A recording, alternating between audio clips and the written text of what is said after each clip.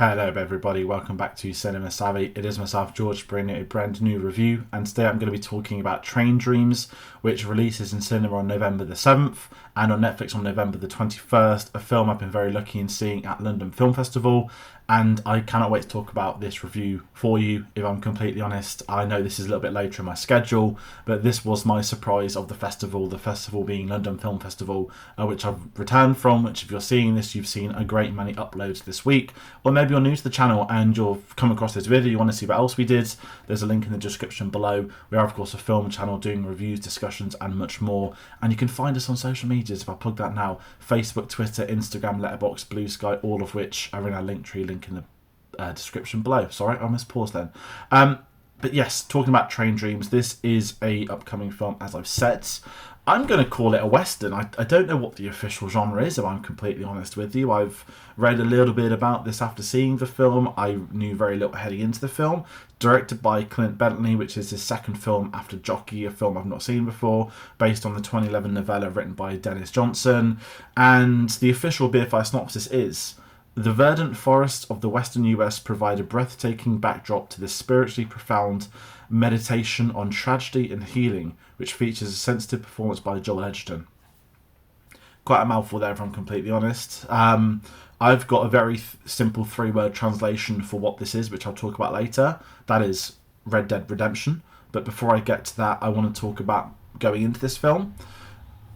London Film Festival is a really unique circumstance that there are loads of big films that go there, and there are a lot of dramas that go there, films that haven't been picked up, short films, documentaries, loads of other things such as that. The backstory of this makes sense. So when they do the, not even schedules, when they announce the festival, the entire film lineup, they do a couple of it on a video or a couple on tweets, usually the big ones, but when we're covering it for the channel, or I'm looking to go as a fan to watch films that maybe appeal to me, I have to manually go on their website and go through every single genre or strand, as they call them, press into every single film, because a lot of them you've never heard of or are new. And like that BFI description, they'll try and use the names of cast members to advertise what the film is, because the general public are looking at this list, not just people like us that there's do reviews. And I have to build up a watch list of films that I want to see. That begins at around about 40 films. And then when I know the dates I'm doing for the festival, or seeing which cinemas they're partnering with, if there's any near me, I can then narrow that down to what can I appropriately see. So my original watch list for this year was 38 films. And then that narrowed down to about 14 of what I could realistically see at the time of the festival. Train Dreams was on that original list of 40, and it was not in the 14 I expected to be able to see. And the reason for that is quite simple, if I'm honest. The press screening was screened before the festival. I'd only had that description and a photo of Joel Edgerton to go off. I hadn't seen reactions reviews from elsewhere. And as part of the press passes, you sometimes get the ability to go to public screening. So very fortunately, a screening popped up for Train Dreams at the South Bank BFI, and I was able to get a ticket at 8 in the morning on the dot 2 days before, and suddenly I had it booked. Now on that Monday morning, I'd seen Frankenstein, a film I love, which I've reviewed. I'd then seen The Mastermind, which I'll be reviewing later on, which I didn't like, and then I had Train Dreams. This film blew my mind, and it's not because I went in knowing nothing or knowing so little. I could not quite believe what I'd comprehended in that sort of 2-hour runtime. It's easily one of my favourite films of the year so far, and I know that sort of jumps the end of the review already saying that, but I really want people to go out and seek this film to see this film. I'll talk about Red Dead Redemption a little bit later on, but I've got to talk about the direction first. Clint Bentley, as I mentioned, I've not seen a single film of his. I couldn't tell you how accurate this is to the source material. I know he co-wrote Sing Sing as well. But the approach to this, following the life of a logger from his earliest days, through the duration of his life, through meeting his wife, the birth of his child, what he does for work and the people he works with, it was almost like watching a biography. And I've not really seen a film do this well in quite a while, and I think the key really with this is, before I even talk about the cast, the actor Will Patton is the narrator of the film, and he's got a very unique voice that works so well for what this film is. With this being set across the, let's say, early 20th century is the key timing of this. Seeing the character of Robert Grainer, played by Joel Edgerton, begin his life as an orphan on a train, what he would do for work as a logger, and then where his life took him. It's a very visceral film. It's a very real film. I did cry multiple times, I'm going to say. And a key reasoning of that is the lead performance by Joel Edgerton. He is superb in this. I think Joel Edgerton is an underrated actor.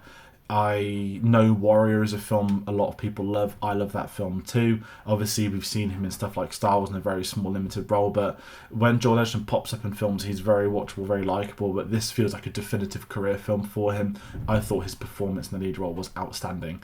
His chemistry with Felicity Jones, who plays his wife Gladys, is remarkable. The pair of them feel real. They feel like real people. And the scariest thing about watching this film for that first time was eventually realising that this isn't based on real life. It felt so authentic, not just the relationship between them, but maybe through the source material. I couldn't quite believe this wasn't real life. So kudos to whether it be the writers, directors for this or the original source material, I do not know, but it absolutely devastated me as well.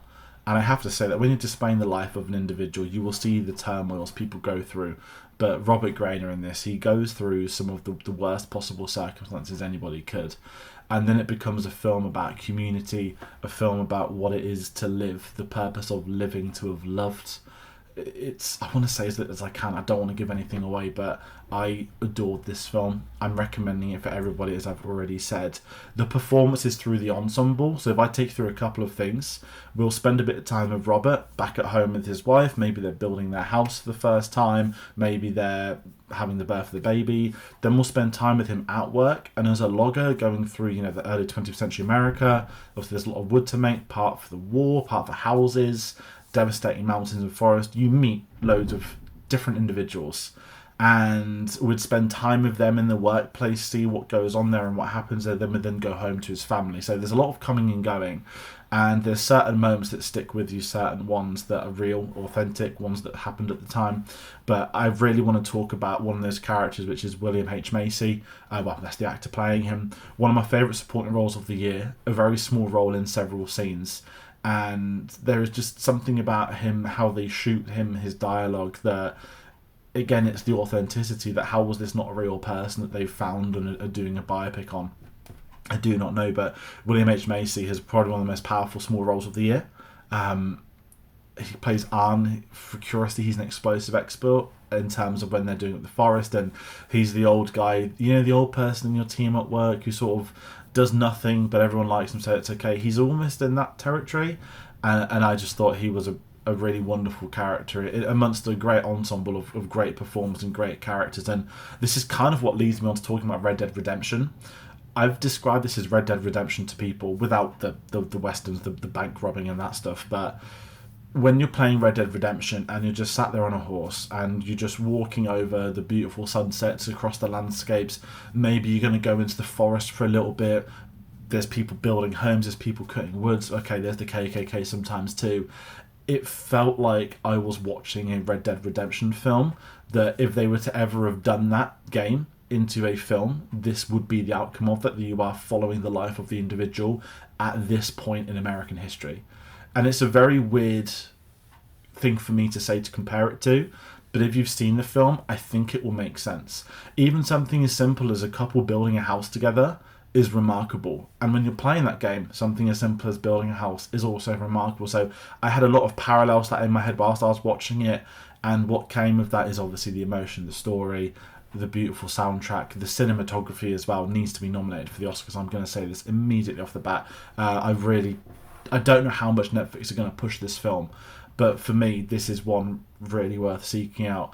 So, as I do with so many of these reviews, especially the film festival, do I recommend seeing this film? And I am going to say about the film festival, a lot of the time you are watching what is being regarded as some of the best films of the year. The films are pushing for award season, so these reviews do tend to be a lot more positive. I'm also very aware you can also get a bit of film festival, not fatigue, but there is a bubble to those festivals I've always found. But this one in particular is one that I will be seeking for people to go out to see, to watch. It's not going to perform out commercially. It's going to get a Netflix limited release. I don't know how it'll even perform when it's put on Netflix's homepage, but this is the one for you to go and see, the one for you guys to go and seek out. I recommend this for everything I have. It's easily my top 10 films of the year so far. I think it was my second or third favourite film from the festival. I need to check my ranking again, maybe second after Frankenstein. But yeah, kudos to Netflix, a platform I always do criticise, but when they do release someone for us, they did pick up the distribution to this from Sundance. They absolutely deserve the praise for getting this out there, and I'm very fortunate to have seen this film at the cinema this year. So that is my review for Train Dreams. Go and see it as soon as you can. You will not be disappointed. And that's where I'm going to end this review. So thank you all so much for watching. You might be wondering what is next. Tomorrow there's going to be a review for Bruce Springsteen, Deliver Me From Here or There. I can't remember what it's called. The Bruce Springsteen biopic. That's tomorrow. Yeah, unfortunately so. So that's me running this review. Again, thank you all so much for watching. Take care, and I'll see you on the next one.